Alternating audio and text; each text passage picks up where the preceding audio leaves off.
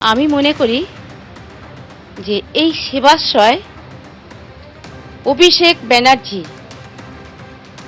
নিজেকে দেখাবার জন্য যে গরিব দুঃখীর জন্যে এই সেবাশ্রয় খুলেছেন, খুবই ভালো কথা। কিন্তু তিনি অবশেষে গরিব দুঃখীর পাশে কিন্তু সঠিকভাবে দাঁড়ায়নি। আমি এখানে আমার আলোক সঙ্গে ক্লাবে যে সেবাশ্রয়ে, সেখানে আমাকে ভুল ভাল ওষুধ দিল, সেই সব খেয়ে আমার ব্যথা যন্ত্রণা বেড়ে গেল। এইখান থেকে আমি নবরতন,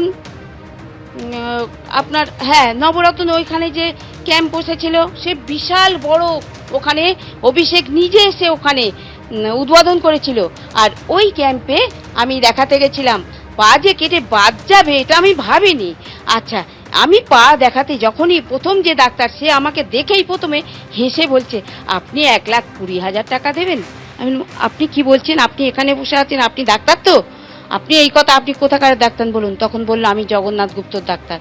আপনি ডাক্তার, আপনি কি করতে টাকা চাইছেন? তা বলছে, আপনার একটা পা তাহলে আমি ঠিক করে দিই। আমি বললাম, আপনি তাহলে এখানে কেন বসেছেন? তখন বলল, তাহলে আপনি আপনার পার্টির মারফত দিয়ে যান, অভিষেকের সাথে যোগাযোগ করুন। তারপর আমি ওনার সাথে যোগাযোগ করি। আমি চাই আমার মতন আর কেউ যেন না এরম ভোগে। আজকে আমি চিরদিনের জন্য পঙ্গু হয়ে পড়ে রয়েছি, কারোর এইরকম যেন, আমি চাই আমার সুষ্ঠু বিচার চাই। আমার পায়ের যে এত বড় ক্ষতি হয়ে গেল, আমি তার ক্ষতিপূরণ চাই।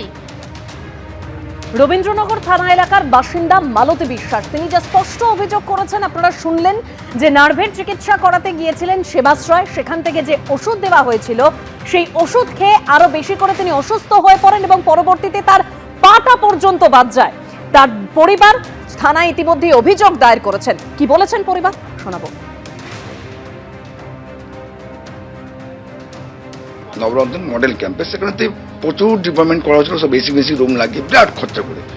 তা সমস্ত ডাক্তার দেখা পড়লে বলছে যে এই কেসটা অমুক রুমেতে, সৌমুখ দেখা দেখে সেখানে দেখা গেল যে গোবর ছুরি ডাক্তার সেখানে বসে আছে। আর লোকালে যে সব ছিল তারা হচ্ছে কেউ ডাক্তার না, বুঝতে পারলাম না। যারা পরে যে জানতে পারলাম, তাদের প্রেসক্রিপশনের কোনো সই বা তাদের রেজিস্টার নম্বর কিচ্ছু তাদের নেই। তখন দেখানোর পরে তারা টাকার ডিমান্ড করছে যে আপনার টাকার ব্যবস্থা করতে পারেন, বলুন 20 দিনের মধ্যে সব ব্যবস্থা করে দেবো। ওদের টাকা যদি দেবো তাহলে এই সেবাশ্রয়ের মাধ্যমে আসবো কেন? তখন বললো, তাহলে আপনার যাদের মারফত দিয়ে এসছেন, পলিটিক্যালের মাধ্যমে দিয়ে এসছেন, সেই পলিটিক্যাল মাধ্যম দিয়ে ব্যবস্থা করুন। তারা রেফার করে দিল, অভিষেকের প্যাডেতে রেফার করে দিল বাঙ্গুল হসপিটাল। তখন উনি অভিষেকের চিঠিটা দেখানোর পরে ডাক্তাররা ওনাকে সুযোগ করে দিল আগে করার জন্য। ওরা দেখার পরেতে তখন ওরা বললো যে এই চিকিৎসা আমাদের এখানে হয় না। তখন ওরা চিত্তজন ন্যাশনাল মেডিকেল কলেজে ভর্তি করে, পার্ক সার্কাস, এই পরীক্ষা করো, ওই পরীক্ষা করো, সেই পরীক্ষা করো, ব্লাড নিয়ে আসো, সমস্ত কিছু আমাদের নিজেদের খরচা। এবার চেঁচামেচি করার পরেতে ওরা বাঁপাটা অপারেশন করলো। বাঁপাটা অপারেশন করার পরেও দেখলাম যে অসাকসেস। আবার সমস্ত টেস্ট ফেস্ট করার পরে ডেট করলো। ডেট করার পরে যখন কাটলো, টোটাল মিসিং ইউজ হয়েছে, মানে পুরো এটা চাপে যাওয়ার জন্য পুরো শির কেটে যায়। সেবাশ্রয়ের যে ওষুধটা খেয়েছে সেই ক্ষেত্রে বেড়ে গেল। এবার সেবাশ্রয়ের মারফত দিয়ে তারা ওখান থেকে পাঠিয়ে দিল বাঙ্গুড়েতে, বাঙ্গুর পাঠিয়ে দিল এতে, ওখানেতে। ঠিক আছে, তাদের ভুল ট্রিটমেন্টের জন্য পাটা বাদ গেল। না, একদমই না। বাদ গেল যখন অপারেশন থিয়েটারে অপারেশনের দিনকে পায়ের শিরা কেটে ফেলে, কিন্তু সেটা 9 দিন পর ধরা পড়ে। সেটা 9 দিন পর যখন ধরা পড়ে, 9 দিন পর ধরা পড়ার পর পা পছন্দ ধরে, তখন বাধ্য হয়ে সেই সব মেডিকেল বোর্ডরা বসে পা কাটার ডিসিশন নেন। এবং আমার মা সুস্থ সবল মানুষ ছিলেন, হাঁটুতে যন্ত্রণা ছিল, সেই যন্ত্রণা দূর করতে গিয়ে আজকে সেবাশ্রয়ের ভুল ক্যাম্পে, ভুল ডক্টরদের ট্রিটমেন্টের জন্য, ভুল ওষুধের খাবার ফলেতে মাকে আজকে পা সারা জীবনের জন্য পঙ্গু হয়ে যেত। এই যে ভুল ওষুধটা কারা দিল? ভুল ওষুধ প্রথমে তো সেবাশ্রয় ক্যাম্প থেকে, আলোক সঙ্গ ক্লাবে যে সেবাশ্রয় ক্যাম্প বসছিল সেখান থেকে ওষুধ দিয়েছিল, মডেল ক্যাম্পে যেখান থেকে ওষুধ দিয়েছিল সেই সব ওষুধকে আরও ব্যথা যন্ত্রণা বেড়ে যায়। তার ফলেতে আমরা ন্যাশনাল মেডিকেল কলেজের রেফারে গিয়ে ট্রিটমেন্ট করতে থাকি। দুর্ভাগ্য, সেখানে ট্রিটমেন্ট করতে গিয়ে পায়ের অপারেশনের শির কেটে গিয়ে, এবং আজকে ছবি দেখেন যে মায়ের পা সম্পূর্ণ পরিমাণে হাঁটুও না, থাই থেকে পুরো অ্যাম্পুটেশন হয়, এবং অ্যাম্পুটেশন সার্টিফিকেট যদি দেখতে চান আমার কাছে আছে। মালতী বিশ্বাসের পরিবার যখন থানায় অভিযোগ জানান, সেই সময় পরিবারের সঙ্গে ছিলেন বিজেপি নেতা অভিজিৎ দাস ববি। ঠিক কি বলেছেন তিনি শোনাবো। দেখুন, এই যে আমাদের যে মালতী দি আছেন, মানে আমাদের প্রবীর দার স্ত্রী, ওয়াইফ, তো ওনাকে শরীর পায়ে যন্ত্রণা হচ্ছিল বলে আপনার এই সেবাশ্রয় ক্যাম্পে, যেখানটা ওই অলোক সংঘর কাছে ছিল 7 নম্বর ওয়ার্ডে, ওখানে গিয়েছিলেন। ফোর্সফুলি ওনাকে নিয়ে যাই ওখানকার প্রাক্তন কাউন্সিলর। ওখানে নিয়ে যাওয়ার পর ওনাকে অনেকগুলো ওষুধ দেওয়া হয়। সেই ওষুধগুলো কারা দিচ্ছে, কে ডাক্তার, তার কোনো এনেই আপনি দেখেও বুঝতে পারবেন। এই সমস্ত, তাতে কোনো রেজিস্ট্রেশন নাম্বার নেই, কিছুই নেই। এবং তারপর ওখানে মডেল ক্যাম্পে রেফার করা হয়। সেখানে দিয়ে আপনার রেফার করা হয় হচ্ছে কোথায় নিয়ে, বাঙ্গুরে। এবং ওখানটায় ডাক্তার মানে সেবাশ্রয় ক্যাম্প থেকে এসছে বলে কোনো গুরুত্বও দেয়নি ডাক্তাররা। পায়ের শিরা কেটে বাদ দিয়ে ওনার পাটা আজকে এমন পরিস্থিতি হয়েছে যে পুরো পা কেটে বাদ দিতে হয়েছে। এবং তারপরে এটা নিয়ে অনেকবার আপনার অভিষেক ব্যানার্জির কাছে তদবার করেছে, কিন্তু অয়ন বা সুমিত এরা কেউ এনাদের পাত্তা দেয়নি। এবং পুরো একটা র্যাকেট চলেছিল। এই র্যাকেটের মধ্যে গোপাল শাহ ছিল, আপনার এখানটায় এখানকার লোকাল কাউন্সিলর 7 নম্বর ওয়ার্ডের, যে 10 নম্বর ওয়ার্ডের কাউন্সিলর এবং প্রাক্তন কাউন্সিলররা, সব নাম উনি বলবেন। এবং এরা সমস্ত রয়েছে, পুরো একটা চক্র তো কাজ করছে সেবাশ্রয় নিয়ে। তো আজকে এই রবীন্দ্রনগর থানায় আজকে এফআইআর করা হলো এদের নামে, এবং ইনি করলেন আমাদের প্রবীর বাবু, উনি এফআইআরটা করেছেন। আবারও সেবাশ্রয় নিয়ে অভিযোগ।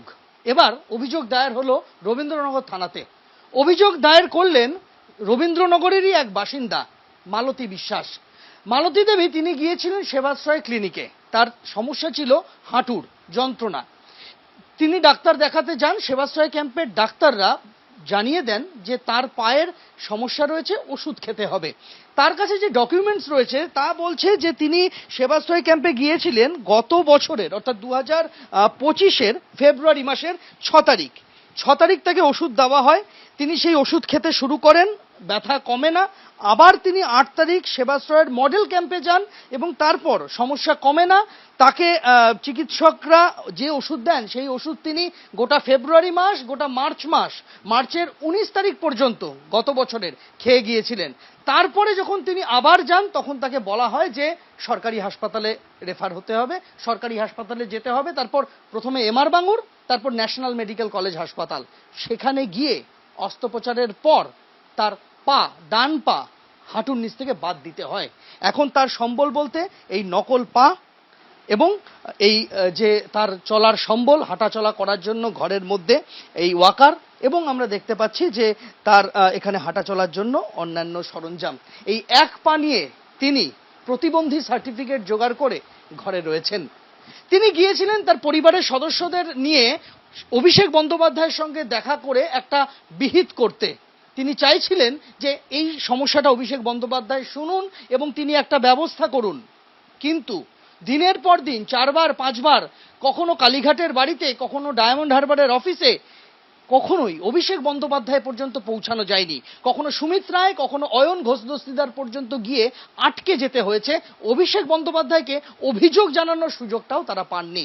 আর তাই এবার সরাসরি থানায় অভিযোগ দায়ের। অভিষেক বন্দ্যোপাধ্যায়ের নাম তাতে রয়েছে আরো অনেকের নাম যারা এই অঞ্চলে সেবাশ্রয় ক্যাম্পের সঙ্গে যুক্ত ছিলেন। তারা চাইছেন এই ঘটনাটা তদন্ত করুক পুলিশ। আর এই নিয়ে সেবাশ্রয়ের নানান কেলেঙ্কারির 4টি অভিযোগ জমা পড়ল বিভিন্ন থানাতে। প্রথমে ডায়মন্ড হারবার, তারপর বিষ্ণুপুর, তারপর পারুলিয়া কোস্টাল থানা, আর এবার রবীন্দ্রনগর। সেবাশ্রয়ের জল কোন দিকে গড়ায় সেদিকেই এখন নজর। এবিপি আনন্দ, এগিয়ে থাকে, এগিয়ে রাখে।